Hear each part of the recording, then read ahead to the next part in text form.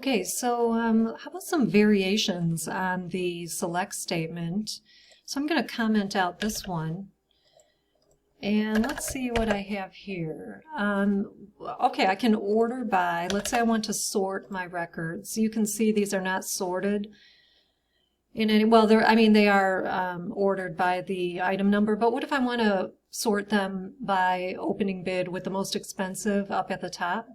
So I can change the SQL statement to select all columns from the item table, order by opening bid, descending. Okay. If you don't put DESC, then the default would be ascending, so it would be the cheapest one at the top. So you can see the most expensive items are up at the top now. Okay, so that's your order by clause. And then let's see here. So just kind of moving along, let's do another useful technique. So let's say I only want a specific item. Whoever has an item number of 500, what is that? I don't even see it here. Oh, there it is. It's a salt cellar of a cherub riding a chariot. Okay, so let's go ahead and run that. There would just be one item in the results set. You can pinpoint one item if you know the item number. In this case, it was 500, and I just got the one item. So that's another technique that's obviously useful. Okay, so then I have another interesting technique. So let's say I'm looking for a specific opening bid.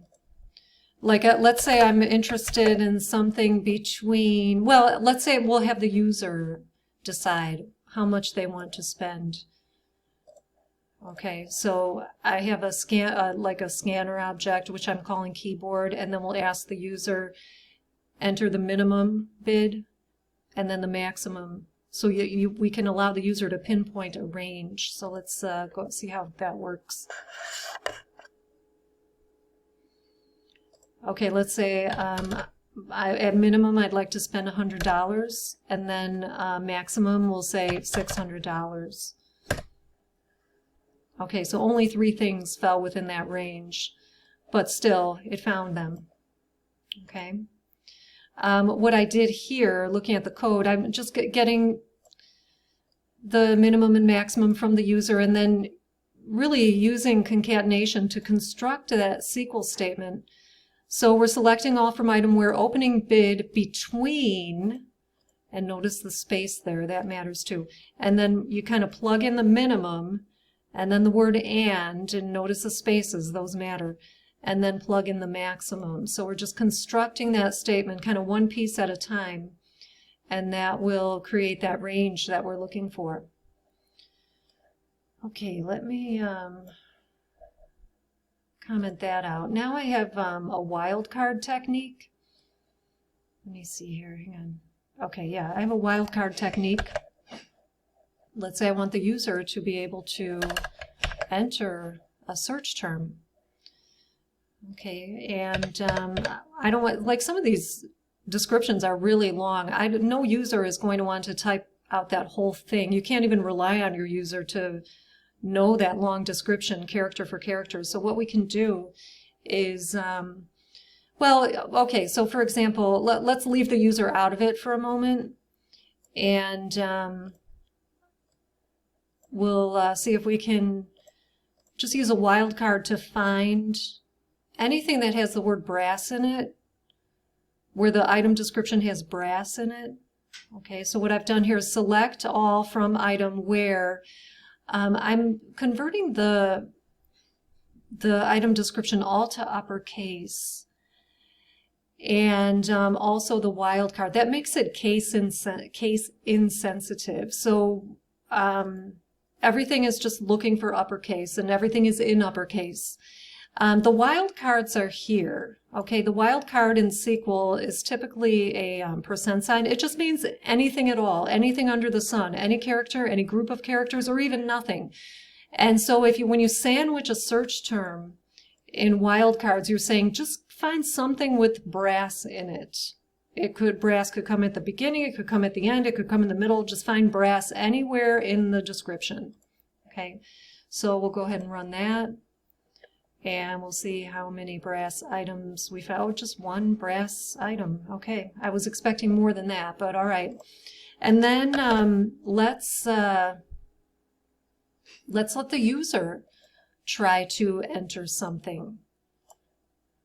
Okay, I'm going to use a scanner object to get some input from the user, and I'm going to sandwich whatever. I'm going to put that in the, we're calling it search term. That's for the user's search term. And we're using that same wildcard technique, but I'm sandwiching or concatenating, kind of splicing in the search term into the, in between the percent signs. Okay. Whereas I hard-coded brass before, now I'm leaving it open to the user search term. Let me look at the data and see if I can get a good search term.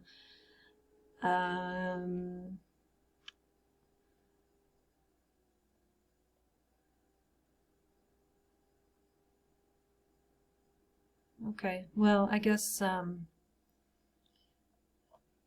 maybe I'll go with like a Art Deco. See what we have by way of Art Deco. I saw a few things in there. So we'll go ahead and run that.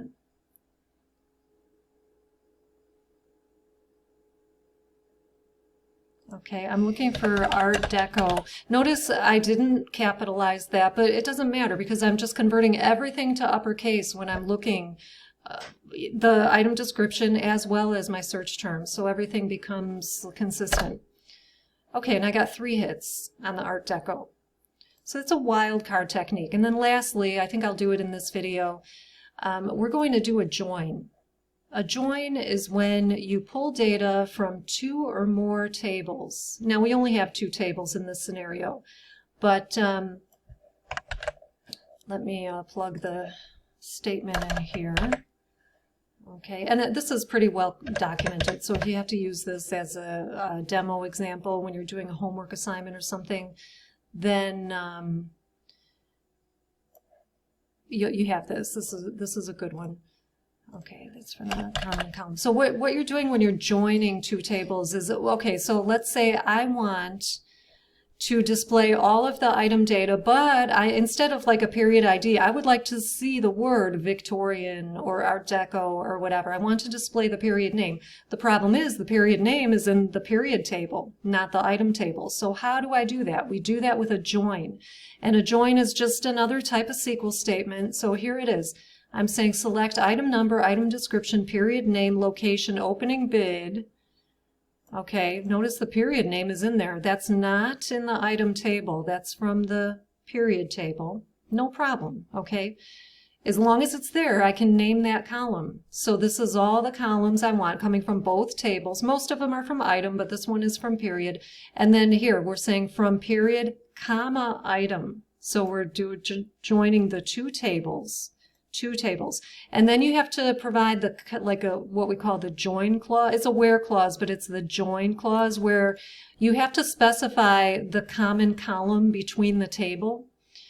So between the 2 tables. So we have where item.period ID equals period.period ID.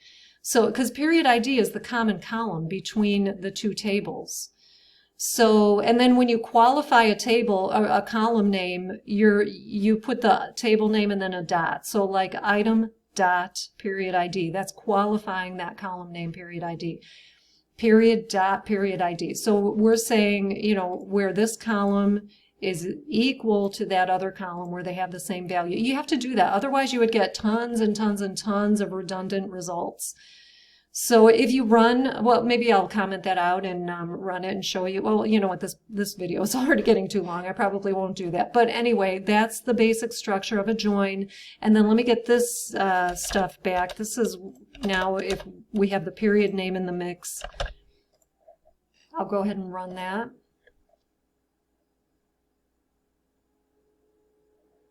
Okay, yeah, see, there are the period names. They were not there before. We put them in there for the join. Well, we have them there because of the join, I should say. So you know what? Let me just do this. Let me just do this. I am going to go ahead and